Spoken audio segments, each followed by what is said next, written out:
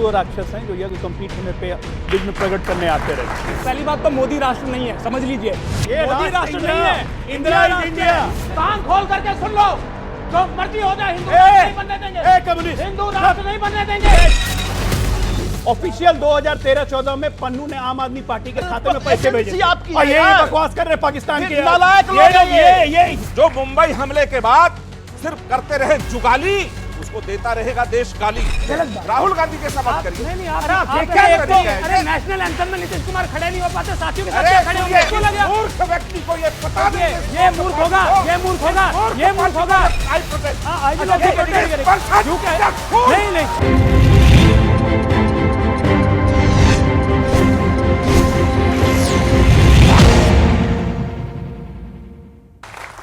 नमस्कार व्यूअर्स, मैं हूं अमीश देवगन और आप देख रहे हैं वीकेंड का सबसे भरोसेमंद कार्यक्रम। और आज इस वीकेंड की सबसे बड़े कार्यक्रम में हम बात करेंगे न्यू इंडिया के न्यू नॉर्मल पर, क्योंकि पिछले 11 वर्षों में भारत में काफी कुछ बदल गया है। आज का भारत अपने दुश्मन को घर में घुसकर मारता भी है और पूरी दुनिया को इसकी जानकारी भी देता है। और इस काम के लिए टीम इंडिया बनाई जाती है, जिसमें सत्ता पक्ष के साथ साथ विपक्ष के नेतागण भी शामिल होते हैं। जो भारत कभी हथियारों को खरीदता था, आज मेक इन इंडिया की ताकत के कारण 85 से ज्यादा देशों को निर्यात कर रहा है। यह भारत की ताकत है, वही मेक इन इंडिया जिसका राहुल गांधी ने मजाक उड़ाया था।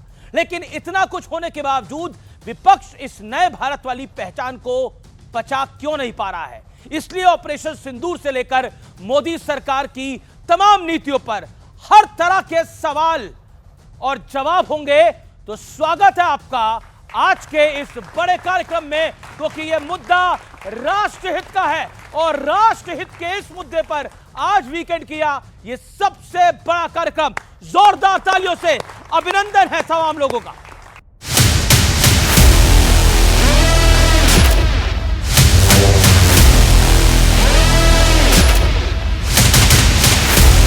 देश की रक्षा से लेकर विकास तक आत्मनिर्भर भारत हमारी ताकत है। ऑपरेशन सिंदूर हो या फिर चिनाब पर रेल ब्रिज, भारत अब अपनी किस्मत अपने हाथों से लिखता है। लेकिन शायद भारत की ये रफ्तार कुछ लोगों को पसंद नहीं आ रही। पहले पाकिस्तान को बताया गया कि हम कौन से जगह में टारगेट कर रहे हैं, वहां से आपके लोगों को हटा दो।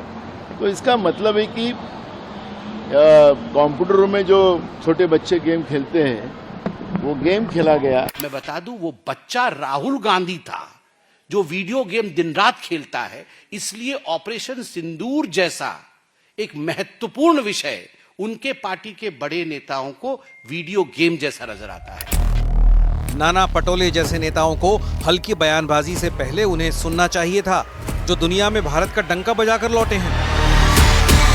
लोकतंत्र की शक्ति यही है कि सिर्फ पार्टियों के बीच ही नहीं, बट पार्टियों के भीतर भी अलग अलग राय हो सकती है। जहां तक पाकिस्तान का सवाल आता है, वहां पर हम सब लोग इकट्ठे हैं।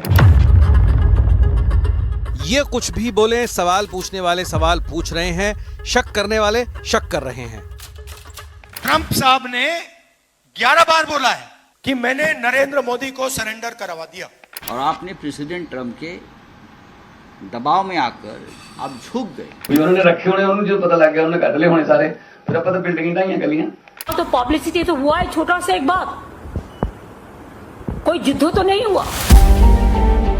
सियासत तो चलती रहेगी, लेकिन सत्य ये है कि मेड इन इंडिया हथियारों से लेकर तेजी से बढ़ती अर्थव्यवस्था तक देश हर दिन नए कीर्तिमान बना रहा है। नया भारत विकास भी करता है और दुश्मन को घुसकर मारता भी है।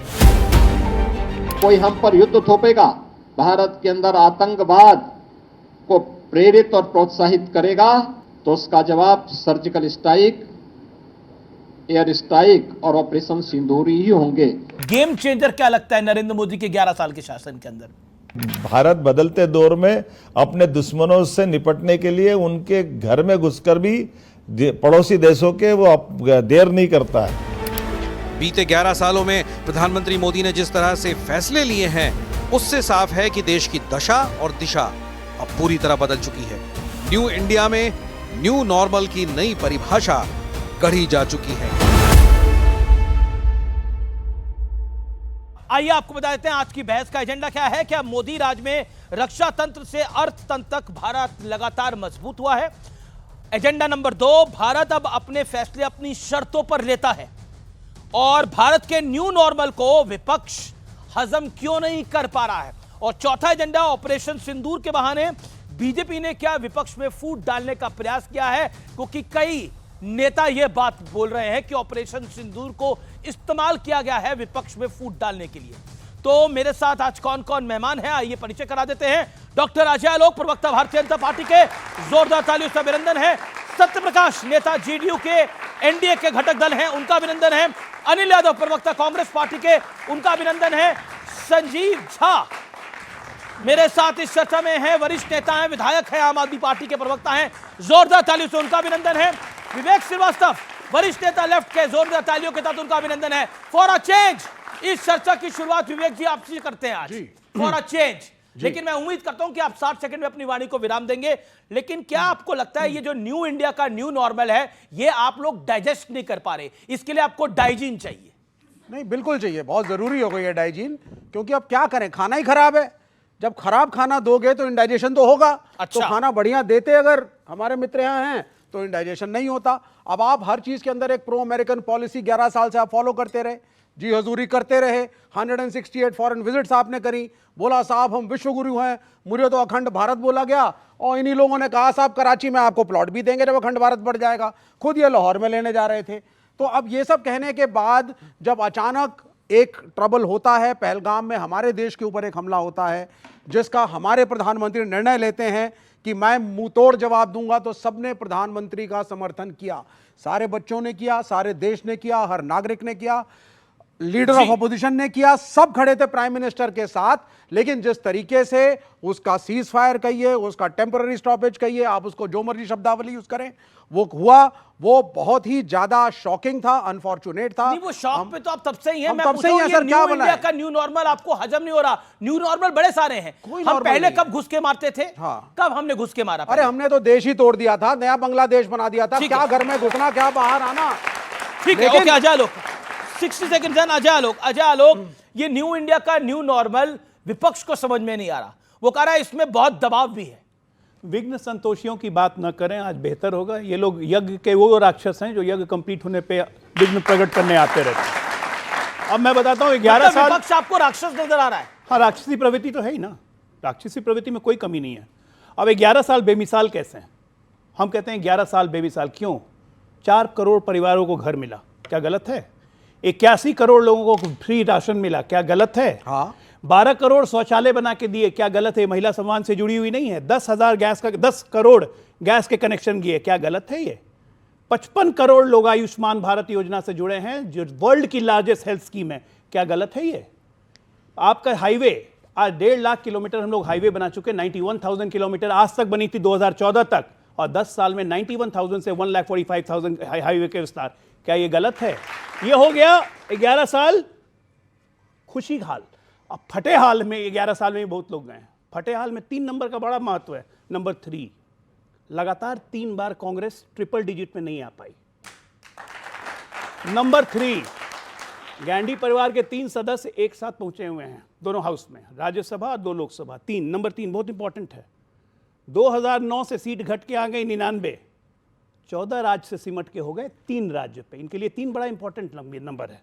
उसके बाद देखिए 33 देशों का दौरा हमने। 3 बिगाड़ा काम बिगाड़ा भी होता है, तो इसलिए तो काम बिगाड़ने के लिए राहुल गांधी अकेले है। 3 बिगाड़ा की जरूरत नहीं नहीं हुआ। अब आपने बोला, बड़ी सारी आपने टिप्पणी करी, राक्षस और 3 और पता नहीं क्या क्या।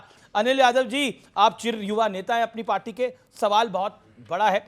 भारतीय जनता पार्टी कहती है कि राहुल गांधी ओछी राजनीति करते हैं, और यही कारण है कि अपनी पार्टी में भी उन्हें स्लीपर सेल और लंगड़े घोड़े नजर आते हैं, ओछी राजनीति करते हैं। अमीश भाई, मैंने बड़े ध्यान से आपकी बात सुनी, और आपने कहा कि विपक्ष जो है ये न्यू इंडिया को पचा नहीं पा रहा है। मैं पहले तो ये स्पष्ट कर दूं, और क्योंकि आलोक जी ने कहा कि ये राक्षस हैं, तो मैं आपको ये स्पष्ट कर दूं कि हम क्या नहीं पचा पा रहे हैं। हम लोग ये नहीं पचा पा रहे हैं कि पहलगांव में अंदर घुस के 26 लोग हमारे देश के मार दिए गए, और उनको मारने वालों का आज तक पता नहीं चल पाया है। सिर्फ ताली बजाने से, सिर्फ जिंदाबाद करने से नहीं होता है, जवाबदेही चाहिए। हम ये पूछते हैं तो इन्हें हम राक्षस लगते हैं।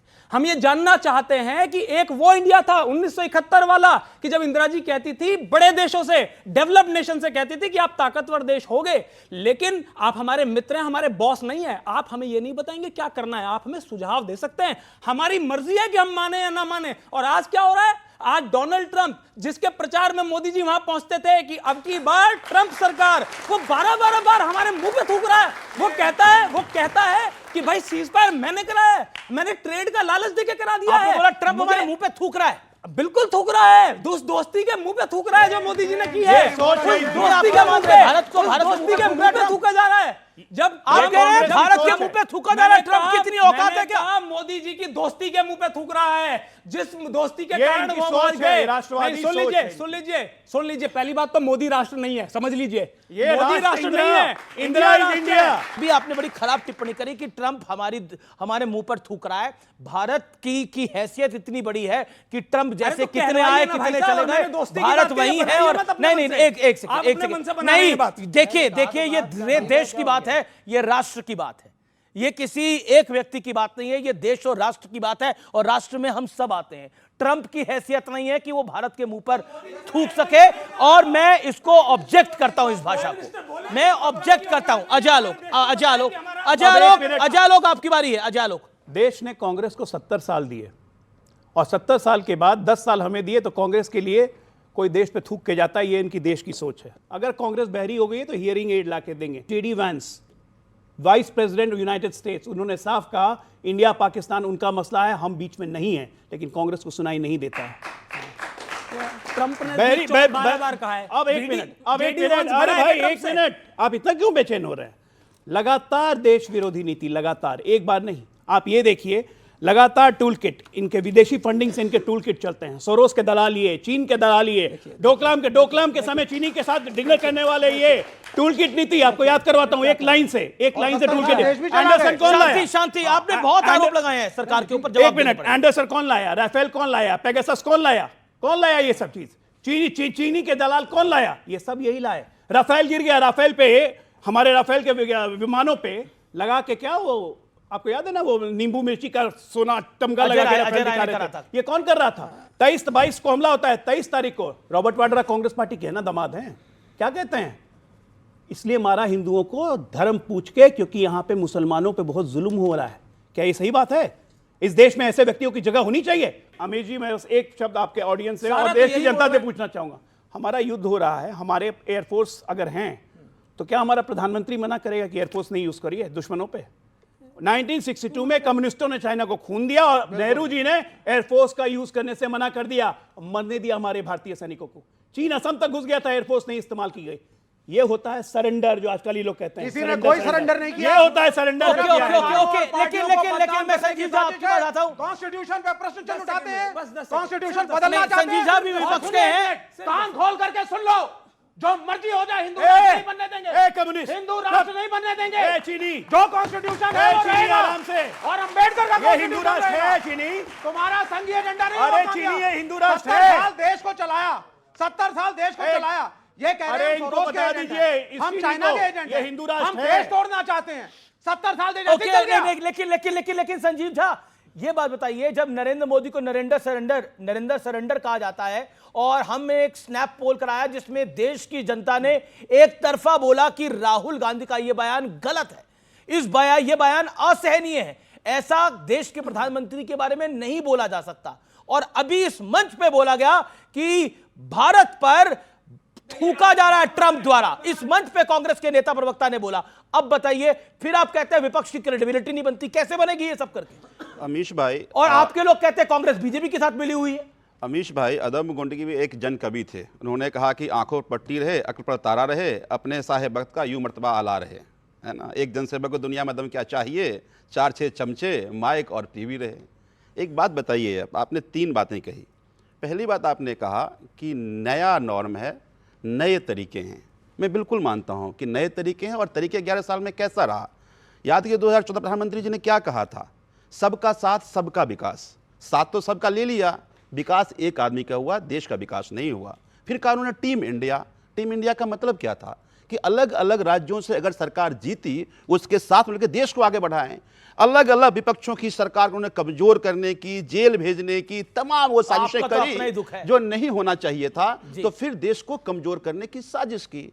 अब मैं आता हूं, आप कहते हैं ऑपरेशन सिंदूर के बारे में, बिल्कुल ठीक किसी प्रवक्ता ने कहा कि एक बात बताइए, ऑपरेशन सिंदूर से पूरे देश सदमे में था और पूरे देश एकजुट था, विपक्ष एकजुट था कि कार्रवाई होना चाहिए। विपक्ष की सर्वदलीय बैठक, प्रधानमंत्री गायब, तो फिर वो नॉन सीरियस है ना, या चुनाव प्रचार के लिए बिहार चले गए। इससे बड़ा शर्मनाक क्या हो सकता है? या तो विपक्ष का अपमान कर रहे थे या वो नॉन सीरियस थे। अब ट्रंप साहब कहते हैं कि मैं 14 बार कह चुके हैं वो कि मैंने समझौता कराया। यूएस कोर्ट 11 बार बोल रहे हैं, 14 बार बोल रहे हैं। कोर्ट में आप इनके आंकड़े आपस में कभी नहीं मिलेंगे। यूएस कोर्ट में जाकर कहा कि हमने समझौता कराया। जवाब कौन देगा? कह रहे हैं कि देश का प्रधानमंत्री जवाब देगा ना। क्यों चुप है वो? उनकी चुप्पी तो समझ में नहीं आ रहा। सरेंडर वाले बयान पर साथ मैंने आपको 1 मिनट दिया। नरेंद्र सरेंडर वाले बयान पर आप मैं साथ उस पे भी आ रहा हूं, मैं उस पे भी आ रहा हूं। अब एक बात बताइए कि प्रधानमंत्री को जवाब उन्होंने नहीं दिया। अब ये कहते हैं कि पाकिस्तान ने हमसे कहा कि हम समझौता चाहते हैं, जी गिराने लगा। तो अगर पाकिस्तान गिराने लगा, मैं इनकी लॉजिक को बाई कर लूं, तो फिर कब्जा करने का मौका था ना। ये पाकिस्तान के लिए क्यों आपको हमदर्दी है भाई? हमारे 22 लोगों की हत्या हो गई, हमारे सेना मर रहे हैं और आप पाकिस्तान की गिरा रहा है, आप उसके साथ खड़े हो गए। ये देश को समझ में नहीं आ रहा है। ठीक है। अब अंतिम बात, मैं ये मानता हूं कि देश के प्रधानमंत्री के बारे में कोई भी ऐसे प्रधानमंत्री, हमारे भी कोई ऐसी बातें जो उस प्रधानमंत्री पद की गरिमा को ठेस पहुंचे नहीं कहना चाहिए, लेकिन देश के मन में सवाल तो है ना, सवाल तो कि है। जब मौका था तो कब्जा क्यों नहीं किया? सत्यप्रकाश आएंगे, एक मेरी रिक्वेस्ट को मानिए। सत्यप्रकाश मिश्रा एक सेकंड, सत्यप्रकाश जी के परमिशन से एक लाइन, बस एक लाइन। आप लोगों ने पन्नू का नाम सुना होगा, खालिस्तानी आतंकवादी सुना है ना? ऑफिशियल 2013-14 में पन्नू ने आम आदमी पार्टी के खाते में पैसे भेजे थे। और ये बकवास कर रहे पाकिस्तान के नालायक लोग हैं ये नालायक लोग हैं। अगर हमें चरित्र है, अरेस्ट करो ना, खालिस्तानी आतंकवादियों अरेस्ट करेंगे, आप बोलेंगे हमें पकड़ लिया। अगर आप बोलते थे केजरीवाल जी को गिरफ्तार करके दिखाओ, तो 14 साल हो इन्हें मत बोला करो, करके दिखाओ। ये सबको पिटवाने लगे रहते हैं। एक ऑपोजिशन को मेरी अनसॉलिसिटेड एडवाइस है, बिन मांगी सलाह है, बीजेपी को मत बोला करे, ये करके दिखाओ। इन्होंने बोला राम मंदिर करके दिखाओ तो मानेंगे, राम मंदिर बना दिया। 370 हटा के बताओ तो मानेंगे, ट्रिपल तलाक हटा के बताओ तब मानेंगे। ये तीनों हो गए। फिर केजरीवाल जी ने बोला मुझे गिरफ्तार करके बताओ अगर आपने मां का दूध पिया। ये एग्जैक्टली केजरीवाल के वर्ड थे। गिरफ्तार हो गए, फिर दूसरा होना शुरू हो गया। तो मेरा ये एक बिन मांगी सलाह मैं दे रहा हूं, नहीं देनी चाहिए कि ये चैलेंज बीजेपी को ना करें, क्योंकि बीजेपी फिर कुछ भी कर सकती है। ओके, मैं सत्यप्रकाश मिश्रा पे आता हूं। सत्यप्रकाश मिश्रा, न्यू इंडिया का न्यू नॉर्मल, लेकिन विवेक जी कह रहे हैं कि डाइजिन की जरूरत होती है क्योंकि खाना अच्छा नहीं है। देखिए, उनको खाना कभी अच्छा भी दिया था और डाइजिन भी दिया था तो पचा नहीं पाए। क्योंकि देखिए अभी क्या है माहौल, अभी चमकते रहेंगे गालिब के जूते, अभी नक्काद और पॉलिश कर रहे हैं। ये भारत अभी और चमकेगा। ये जो तमाम लोग सुन रहे होंगे, जो युवा बैठे हैं, मुझे बहुत उम्मीद थी कि राहुल गांधी जी थोड़ा परिपक्व होकर ऑपरेशन सिंदूर के समय शायद आएंगे, क्योंकि उन्होंने अमेरिका से फोन करके गृह मंत्री साहब को कहा कि हम आपके साथ खड़े रहेंगे, आपके हर निर्णय के साथ, हर निर्णय। अब सरकार जो निर्णय करेगी तो खड़े रहेंगे। ये लोग खड़े रहे क्यों नहीं? क्योंकि नरेंद्र मोदी साहब, जिनको ये सरेंडर बता रहे हैं, उनके नाम से आतंकवादियों के मन में बड़ा ववंडर है, और जो दुश्मनों को करा दे सरेंडर, उसका नाम है नरेंद्र। और जो मुंबई हमले के बाद सिर्फ करते रहे जुगाली, उसको देता रहेगा देश गाली। इस बात को समझ लीजिए। इनका चेहरा बेनकाब हुआ है इस आतंकवाद के खिलाफ भारत का कड़ा हमला से।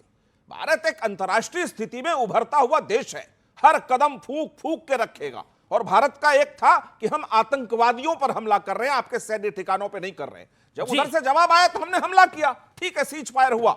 ऐसी कोई टारगेट नहीं थी कि हमें अभी तुरंत पीओके ले लेना है। वो एक देश की स्ट्रेटजी बनेगी, पीओके हमारा हिस्सा कभी ना कभी नरेंद्र मोदी जी के नेतृत्व में आएगा। राहुल के नेतृत्व में तो कुछ नहीं आना है। सुनिए सर जी आप बोल रहे थे ना, तो आप राहुल जी से थोड़ा ट्यूशन पढ़िए, अच्छे गुरु हैं आपके वो। राहुल जी के नेतृत्व में इस देश में अब तक तो कोई सफलता आई नहीं, क्योंकि उनकी सरकार 10 साल रही है। जिस राहुल गांधी को एम पीएम में अंतर नहीं पता था, राष्ट्रपति महोदय ने किताब में लिखा उनकी बिटिया ने, तो उस राहुल गांधी से हम यही उम्मीद कर सकते हैं। अंतर नहीं पता था? हाँ, राष्ट्रपति के बेटी ने अपने पुस्तक में लिखा है, प्रणब मुखर्जी की बेटी ने, कि उनको एम में आना था, पीएम में पहुंच गए। वो सुबह जाते थे टहलने, वो सुबह पहुंच गए, जबकि शाम का मीटिंग था। एम पीएम का जिसको अंतर नहीं पता, तो उसके देश का पीएम क्या कर रहा है उनको क्या पता चलेगा? सवाल ये है।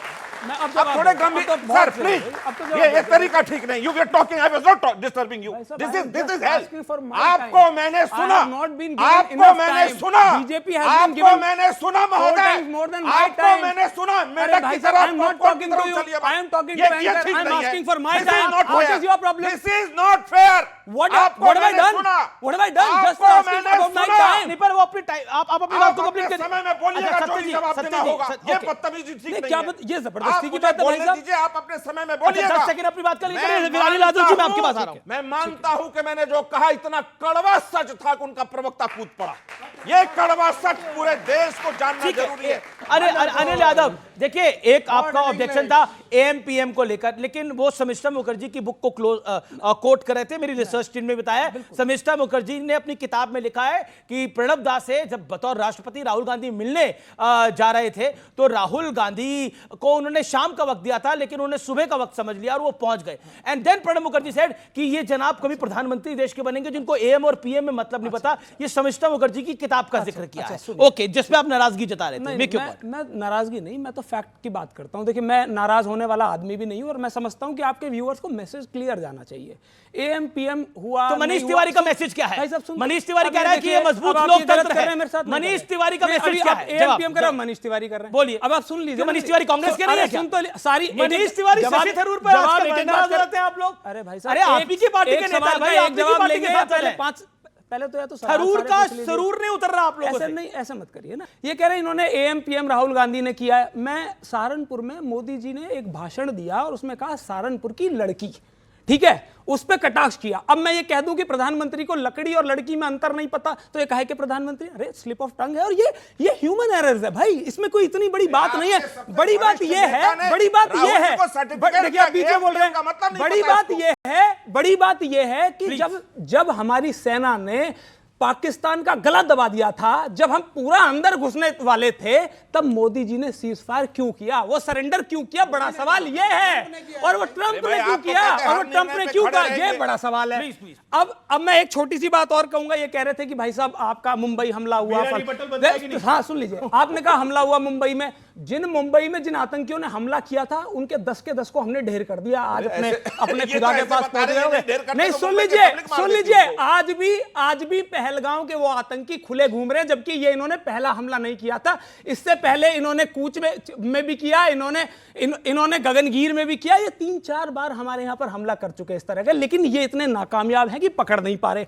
हमारे समय में जब हमला हुआ था, हमने गृह मंत्री की जिम्मेदारी तय करके उनसे पद वापस लिया था। आज किसी की औकात है जो पूछ ले होम मिनिस्टर से कि हमला कैसे हो गया और उनसे सीमा मांग ले। 26/11 के बाद आपने अपना बेस्ट किया था। एक सेकंड सबसे पहले एक सेकंड नहीं, रुकना पड़ेगा। अनिल यादव, आप कह रहे हैं 26/11 में जो मुंबई में हमारे निहत्थे लोगों को, 176 लोगों को मारा गया, उसके बाद कांग्रेस पार्टी ने अपना बेस्ट किया था, ये आप कह रहे हैं? कांग्रेस पार्टी ने बेस्ट किया था अपना। देखिए, मैंने जो कहा नहीं, मैंने वो तो सबने सुना। कांग्रेस पार्टी ने अपना बेस्ट किया था। आपके शब्द मेरे मुंह में मत डालिए। जो मैंने कहा पूछ रहा हूं आपसे। नहीं, मैं बताता हूं ना, मैं अपने शब्द कैसे आपके मुंह में डाल सकता हूं? आप जस्टिफाई कर रहे हैं ना, जस्टिफाई कर रहे हैं ना। तो कार्रवाई बता रहा हूं, 176 लोग मरे, तो कार्रवाई बता रहा हूं। उसके बाद जितना बेहतरीन आप कर सकते आपने किया। ये थोड़ी बताता कि हम होम मिनिस्टर से इस्तीफा ले रहे हैं। जस्टिफाई नहीं कर रहा, हमारी कहीं ना कहीं चूक रही, हमने माना, हमने अपने गृह मंत्री को सस्पेंड किया। ये चूक मोदी जी की रही। नहीं, ये जो अनिल यादव जी, इत्मीनान से, आराम से, गुस्सा मत होइए। अनिल यादव जी, जो आप पीओके आप मोदी जी से डिमांड कर रहे हैं, जो सिंध आप मोदी जी से डिमांड कर रहे हैं, जो बलूचिस्तान आप लोग मोदी जी से डिमांड कर रहे हैं, ये मनमोहन सिंह से क्यों नहीं कर पा रहे थे आप लोग? बताइए। नहीं, एक सेकंड, शांत रहिए विवेक, आपकी टर्न है। ओके, क्यों नहीं डिमांड कर पा रहे थे आप लोग? भाई, राजनाथ सिंह खुद कह रहे हैं कि पीओके हम लेने वाले हैं। हम पूछ रहे हैं इससे बढ़िया मौका क्या था जब सेना ये तो कह रहे हैं 2050 तक हमारी सरकार रहेगी, ये भी मानिए। फिर राजनाथ जी ने कहा है कि हम पीओके लेने वाले हैं। ओके, हमारे पास मौका मिलेगा, तो ये ओके, ये उम्मीद आपने जताई है। कांग्रेस कह रही है हम नहीं चाहते, हम पहले भी नहीं चाहते थे, हम भी नहीं चाहते, लेकिन बीजेपी ने उम्मीद जता दी। योगी आदित्यनाथ ने उम्मीद जता दी, राजनाथ सिंह ने उम्मीद जता दी। प्रधानमंत्री अक्सर कहते रहते हैं कि सब अच्छे काम लगता है मेरे ही किस्मत में लिखा है, लगता है ये काम उन्हीं की किस्मत में लिखा है। मैं 2 बात बताना चाहता हूं भाई साहब को। 22 को ये हमला हुआ, 6 तारीख को भारतीय सेना ने प्रिसीजन स्ट्राइक करके 9 आतंकी ठिकाने बर्बाद कर दिए, 100 से ऊपर आतंकी मारे। इनको कैसे पता कि वो 4 आतंकवादी उस 100 में थे या नहीं थे? जो ये कह रहे हैं कि 4 आतंक घूम रहे हैं। जवाब पहली बात, एक के बाद एक जवाब एक लीजिए। 2008 में मुंबई हमला हुआ, 2009 में हमारे देश का प्रधानमंत्री शर्म शेख पे जाता है और कहता है कि हाँ बालूचिस्तान उग्रवादी को हम मदद करते हैं। ये सबसे बड़ी फेलियर थी कि नहीं? आप बात करते हैं आतंकवादियों की। 2010 उसी पाकिस्तान के आतंकवादियों को, 25 आतंकवादियों को मनमोहन सिंह सरकार ने छोड़ा था। अबू जिंदाल उसी आतंकवादी में से था जो 2013 के बॉम्ब ब्लास्ट में था। क्यों छोड़ा था? पाकिस्तान के प्रति हमदर्दी जताने के लिए। बाटला हाउस का एनकाउंटर, दिल्ली के हैं आप लोग, सबको याद होगा, सोनिया गांधी के आंसू झरझर बह रहे थे ना जब आतंकवादी मारा गया था। ये बात करते हैं। अब आते हैं जरा पीओके के इतिहास में। पीओके बना कैसे बना पीओके? 1948 में जब कबायलियों का हमला हुआ और हमने वापस खदेड़ना शुरू किया भारतीय सेना ने, ये नेहरू जी ने रोक दिया भारतीय सेना को, नहीं तो पीओके बनता नहीं। पीओके बनाने की जिम्मेदारी ये कांग्रेस पार्टी आज हमसे कह दी कि पीओके कब लाओगे? 1965 का युद्ध, 1971 का युद्ध, लाहौर तक में झंडा फहर गया था। जीती हुई जमीन हमने वापस कर दी। 93,000 सैनिक उनके सरेंडर, हम अपने 14 सैनिक नहीं ला पाए और ये छाती पीटते हैं कि हम बहुत बड़ा काम कर दिए। इन्होंने देश को हर समय नीचा दिखाया है। इनके लिए देश इंपॉर्टेंट नहीं है। इनके लिए सिर्फ गांधी परिवार जो विवेक को लेकर आता हूं मैं चर्चा के अंदर। 10 सेकंड। इंटरनेशनल ट्रीटी, हमारे देश में 60 में अन्न की पैदाइश नहीं होती थी, हमारे खेती बहुत कमजोर थी। जय जवान जय किसान का नारा दिया था उस वक्त प्रधानमंत्री लाल बहादुर शास्त्री ने। लेकिन वो कांग्रेस पार्टी में नहीं थे। हमारा दिल ऐसा दरिया था 1960 में कि हमने सिंधु वाटर ट्रीटी करके 80% पाकिस्तान को पानी फ्री में दे दिया। दिल क्या है कि दरिया है, हिंदुस्तानियों की चिंता नहीं, पाकिस्तानियों की चिंता थी, और इसीलिए देश का यह हाल था। जानबूझ के देश को प्रगति नहीं कर दिया एक परिवार ने, वो गांधी परिवार है, गांधी परिवार नहीं। ओके, बिल्कुल। गांधी, राहुल गांधी, गांधी कोई गांधी नहीं है, उधार के गांधी हैं। गांधी कभी थे ही नहीं। फिरोज जहांगीर गांधी, उधार के भी गांधी बने हुए हैं। जी गलत कह रहा हूं तो मैं विवेक के पास जाना चाहता था, लेकिन क्योंकि अनिल यादव का कमेंट जरूरी हो जाता है, 20 सेकंड में अनिल अपनी बात को समाप्त करिए आप। किसी का नाम, क्योंकि लोकतंत्र की बात हो रही है तो लोकतंत्र पे भी आप जरूर बोलिए, क्योंकि मनीष तिवारी ने बोला यही परिपक्व लोकतंत्र है जो मोदी जी कर रहे हैं। किसी का नाम बिगाड़ने से इनको सहानुभूति मिल सकती है, लेकिन जनता को जवाब नहीं मिलता, तो इस बात को रहने दीजिए। इन्होंने मुझसे पूछा कि आपको कैसे पता चला कि 4 आतंकी वो वही थे या नहीं थे। इनके देश के विदेश मंत्री जयशंकर ने, मेरे देश के विदेश मंत्री, इनके देश के विदेश मंत्री, अरे देश तो आपका भी है भाई, इनका देश भी अब नहीं है, विदेश मंत्री तो नहीं, इनका देश भी नहीं है, इनके देश के विदेश मंत्री। देखिए वो चाहे कितने भी नाकारा हो, लेकिन है हमारे भी विदेश मंत्री, मैं मानता हूं, और मैं स्लिप ऑफ टंग हो गया, मैं माफी भी मांगता हूं। कितने ही नाकारा हो, हमारे भी विदेश मंत्री वही हैं। ये हमारा दुर्भाग्य मान लीजिए। उन्होंने विदेशी मीडिया से बात करते समय कहा कि अभी तक उनके बारे में हमें नहीं पता चल पाया है, तो इसका क्या मतलब निकाला जाएगा? इन्होंने ये कहा कि भाई क्या कहते हैं, भाई दुनिया तमाम तरह की बातें करी कि भाई यूएस के टाइम पे ऐसा होता था, और पता नहीं, मतलब मैं समझ नहीं पा रहा कि ये बेसिक बात पे क्यों नहीं जा पा रहे हैं। हम तो आपको सीधी सीधी बात ये पूछ रहे हैं। ये आपने 1948 का जिक्र किया कि पंडित नेहरू ऐसे वैसे, उस 1948 की सरकार में श्यामा प्रसाद मुखर्जी भी उसी सरकार का हिस्सा थे, सरदार पटेल भी उसी सरकार का हिस्सा थे। सुन लीजिए, आज अगर कोई सरकार फैसला लेती है तो सारे कैबिनेट की मर्जी से लेती है ना। उस समय की सरकार ने कोई फैसला लिया तो श्यामा प्रसाद सरकार को छोड़ दिया था, दे लीजिए, चाहे उन्हें आप अपमानित कर लीजिए, वो भी उतने ही दोषी हैं। मुखर्जी ने सरकार को वैसे छोड़ दिया था, लेकिन प्रधानमंत्री के निर्णय को कोई कैबिनेट मंत्री बदल सकता है क्या? क्या बात करते हैं? ये कांग्रेस कह रही है। क्या बात करते हैं भाई? प्रधानमंत्री के निर्णय को एक व्यक्ति बदल सकता था। सोनिया गांधी 10 साल यूपीए कोऑर्डिनेशन कमेटी की चेयरमैन, और कोई प्रधानमंत्री के निर्णय को नहीं। ये आप गलत कह रहे हैं, मैं आपको टोकता हूं। सोनिया गांधी ने, राहुल गांधी ने बकायदा कैबिनेट का पास किया हुआ ऑर्डिनेंस फाड़ दिया, और मैं इसलिए बता रहा हूं क्योंकि मैं उस समय on board doctor Manmohan Singh के साथ था, and he was visibly upset with it, क्योंकि देखे देश का प्रधानमंत्री का अपना पद होता है, अपना कद होता है, लेकिन जिस तरह से वो ऑर्डिनेंस बीच में से प्रेस क्लब में फाड़ा गया था, उसकी गूंज आज तक सुनाई देती है। देखिए, इस देश के अंदर कुछ अभूतपूर्व चीजें हुई हैं, उनको जरूर बात करनी चाहिए, क्योंकि लोकतंत्र की बड़ी बात होती है, लोकतंत्र की बहुत दुहाई दी जाती है। इस देश के अंदर एक संस्था थी तो देश के प्रधानमंत्री से ऊपर बैठी थी, एनएससी। किस कीमत पे बैठी थी, और सारे लेफ्टिस्ट उसके अंदर होते थे। विवेक श्रीवास्तव इसीलिए आज तक इनको गार्ड करते हैं, सारे लेफ्टिस्ट होते थे। क्या देश के प्रधानमंत्री से ऊंचा पद एनएससी का हो सकता है? इसका जवाब देना पड़ेगा देश को। और देश में क्या बदला है?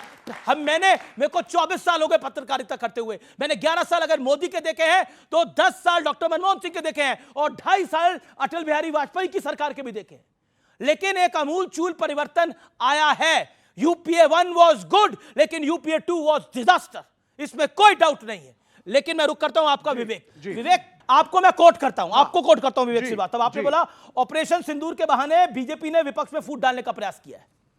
मतलब जो ऑल पार्टी डेलीगेशन भेजा, क्यों बोला आपने ये बात? नहीं बिल्कुल। अब आप जो है आप भेजिए ऑल पार्टी डेलीगेशन, आप लोगों को बुलाइए अन्य पार्टियों से, लेकिन पार्टियों से पूछ के उनके प्रतिनिधियों को बुलाइए। आप वहां भी फाउल प्ले कर रहे हैं, आप प्ले कर रहे हैं साहब। थरूर खिलाफ हो गए राहुल के, राहुल खिलाफ हो गए थरूर के, कांग्रेस में फूट पड़ गई। अरे भाई साहब, तिवारी साहब कुछ और बोल रहे हैं, सलमान खुर्शीद का कहीं और गाना बज रहा है। ये नैरेटिव नहीं होता। नहीं मतलब आप मैं एक ही करके बताऊं, शशि थरूर कांग्रेस के नहीं है क्या?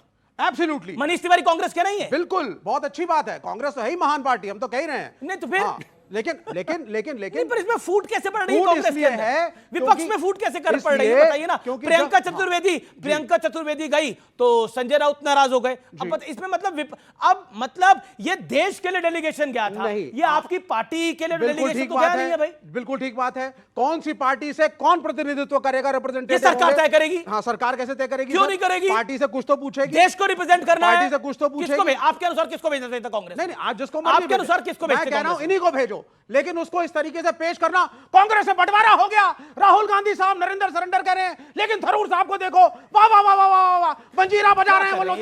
ये थोड़ी ना कोई बात है। Party first, ideology first, nation first. Party पहले नहीं है, देश पहले। हमारे लिए पहले देश है। ओके, बड़ी बात बोली है, देश पहले। ये कांग्रेस विपक्ष की मदद कर रही है या कांग्रेस विपक्ष को नुकसान पहुंचा रही है? सवाल बड़ा डायरेक्ट है, इसका जवाब।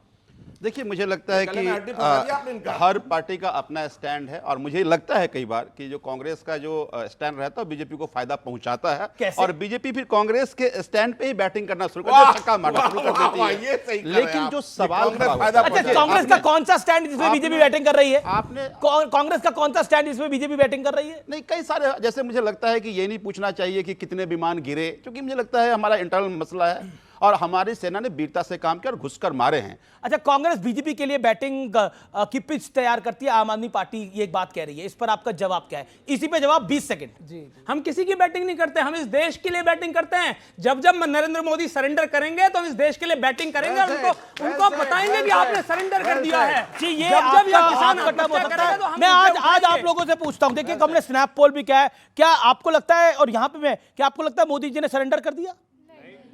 मेरा सवाल बीजेपी और कांग्रेस दोनों को जाता है।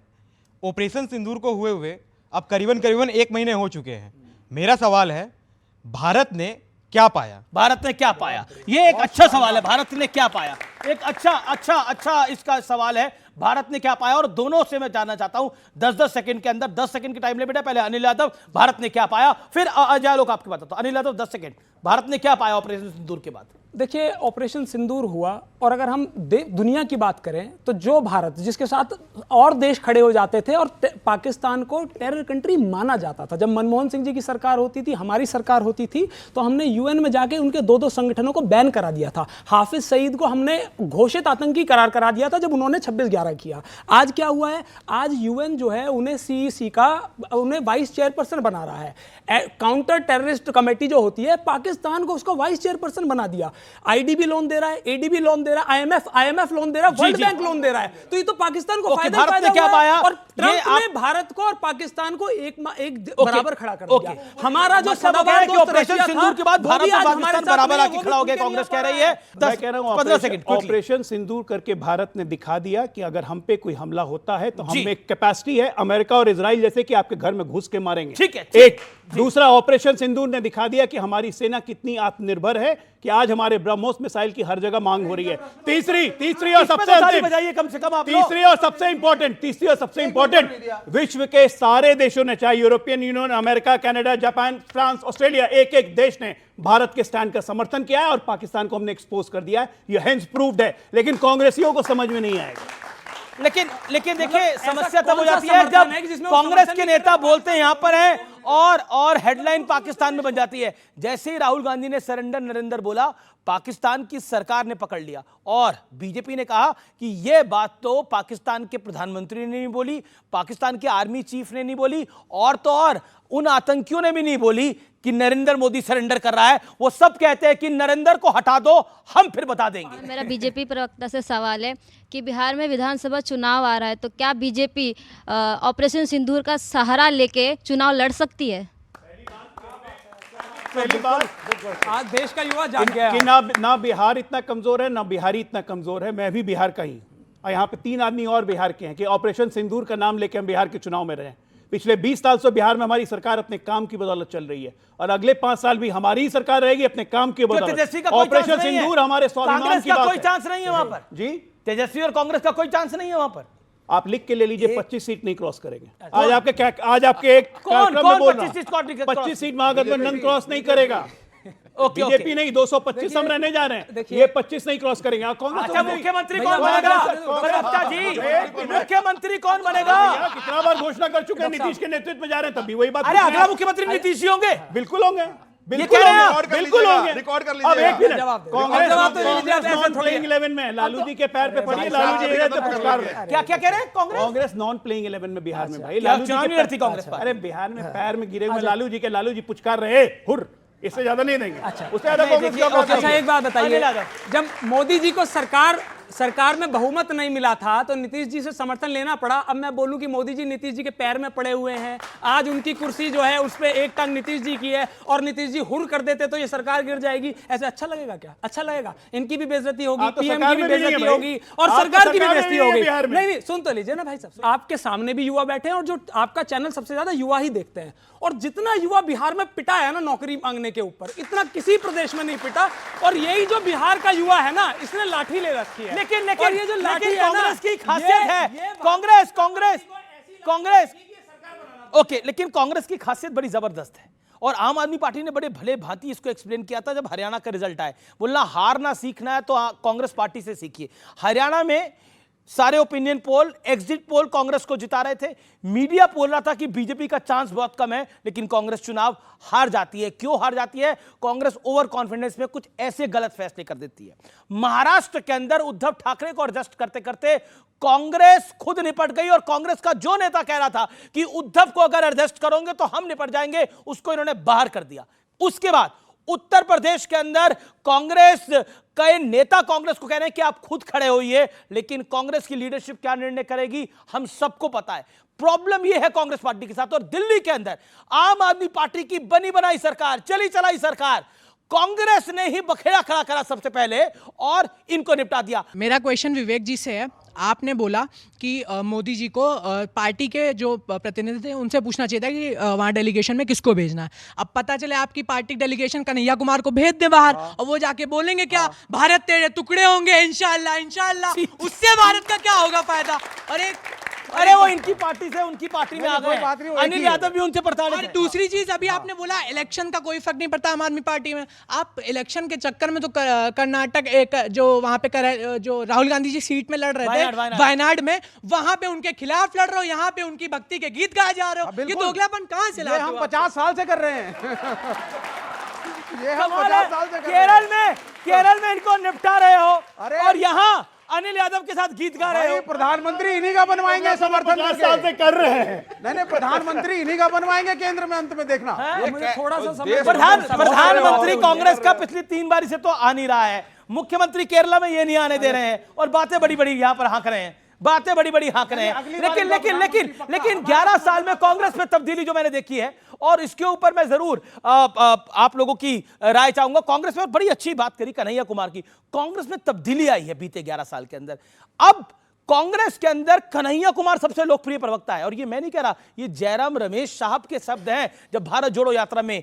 और सोचिए आज गुलाम नबी आजाद बाहर हैं कांग्रेस से और कन्हैया कुमार कांग्रेस का पोस्टर बॉय है, तो ये कांग्रेस पर एक बड़ा सवाल खड़ा करता है। पॉइंट नंबर 2 जो कि मैं कहना चाहता हूं, कांग्रेस इस देश के लिए एक तरह से मैं कह सकता हूं कि कांग्रेस पार्टी इस देश की इथॉस के साथ बंधी हुई पार्टी है, लेकिन बीते 11 साल में कांग्रेस ने उस इथॉस को छोड़ा है। कांग्रेस नहीं अच्छा, कांग्रेस में पहले कब स्लीपर सेल होता था?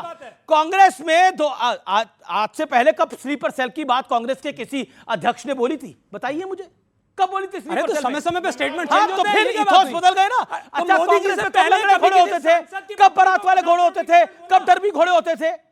कांग्रेस में कार्यकर्ता सुने थे, घोड़े तो नहीं सुने थे। कहां से आगे घोड़े? इथोस की बताता हूं मैं बात। देखिए, मैं इसलिए कह रहा हूं, मैं पढ़ लिख कर आता हूं और सोच समझ के बोलता हूं। कांग्रेस में बदलाव आया है, कांग्रेस में बदलाव आया है और वो कांग्रेस को तय करना है और कांग्रेस के कार्यकर्ताओं को तय करना है कि वो बदलाव किस चीज के लिए है। ओके, एंड और ये देश की सरकारों में और इस देश में भी एक बड़ा बदलाव आया है। अब ये देश जो है, और मैं क्योंकि बदलावों की बात कर रहा हूं 11 वर्षों के अंदर, इस देश में बड़ा बदलाव यह है कि अब ये राष्ट्रभक्ति के नाम पर सिर्फ क्रिकेट मैच नहीं देखता, ये देश की सेना को भी देखता है। राष्ट्रभक्ति के नाम पर सिर्फ हॉकी के मैच को नहीं देखा जाता, देश को भी देखा जाता है। यह बदलाव आया है और न्यू इंडिया का यह सबसे बड़ा बदलाव है जो मुझे आज की युवा पीढ़ी में दिखाई देता है। वो रिलेशनशिप से जरूर सिचुएशनशिप की तरफ चले गए हैं, वो बेंचिंग और ब्रेड क्रम्बिंग की तरफ चले गए हैं, लेकिन उनकी रगों में मां भारती का खून है और वो खून धधकता है, और वो खून धधकता है जब पाकिस्तान हम पे अटैक करता है। मुझे वो दौर याद है जब पाकिस्तान ने हमारे घर के अंदर घुस के हमारे निहत्थे लोगों को मुंबई में मारा। मैं रिपोर्टिंग करता था और मैं आपको बता रहा हूं, हमारे कलेजे फट गए थे उस घटना को देखकर। और मैंने वो दौर भी देखा है जब यहां की सरकार, भारत की सरकार, कांग्रेस की सरकार हाथ पे हाथ धरे बैठी रही थी। एक एक्शन नहीं लिया था कांग्रेस की सरकार ने, और बाकायदा, एक सेकंड सुनना पड़ेगा जी पूरा। मनीष तिवारी ने अपनी किताब में लिखा कि वो हमारी एक गलती थी। बराक ओबामा ने लिखा चंद मुसलमान वोटों के लिए कांग्रेस पार्टी ने ऐसी कार्रवाई नहीं करी। मैं नहीं कह रहा, बराक ओबामा ने लिखा। उदित राज हैं जिन्होंने बोला शशि थरूर बीजेपी के चीफ स्पोक्सपर्सन बन गए हैं, यानी सुपर स्पोक्सपर्सन बन गए हैं, लेकिन उन्होंने एक और बात कही। वो क्या कही है, सुनिए उदित राज को। उदित राज कौन सा युग वापस लाना चाहते हैं इस देश के अंदर, जरा सुनिए। नेपाल का भी इज्जत इंडिया के मुकाबले में अमेरिका में कहीं ज़्यादा है। क्या कहेंगे अंतर्राष्ट्रीय स्तर पर?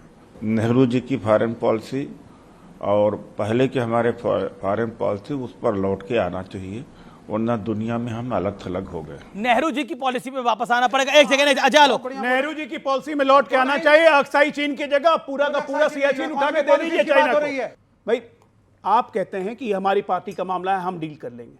आपसे अपनी पार्टी डील नहीं होती और आप देश डील करने की बात करते हो। दूसरा, एक परसेप्शन होता है, अब बुरा मत मानिएगा।